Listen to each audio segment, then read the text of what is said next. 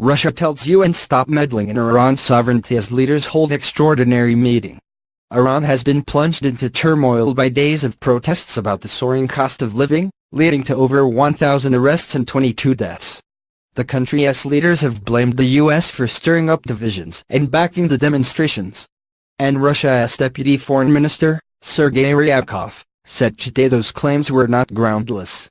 He said the US would use any method possible to destabilize governments it dislikes.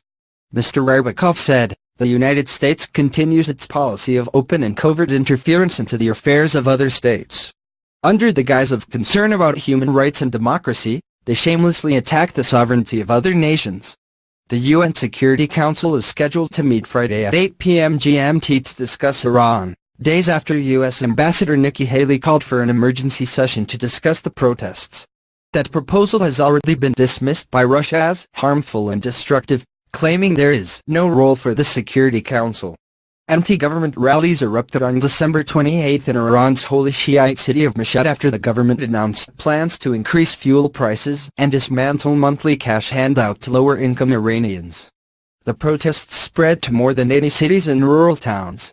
They were staged by thousands of young and working-class Iranians angry about official corruption, unemployment and a deepening gap between rich and poor.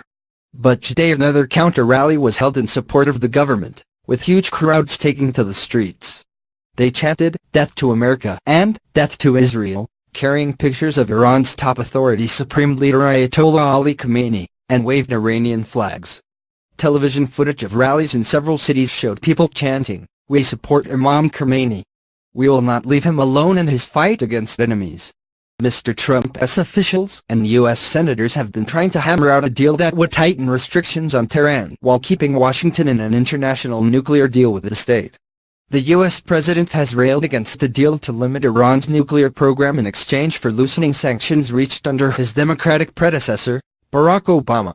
In October, the president announced that he would not certify that staying in the pact was in the U.S. national security interest, and threatened to pull out if politicians did not act to toughen it.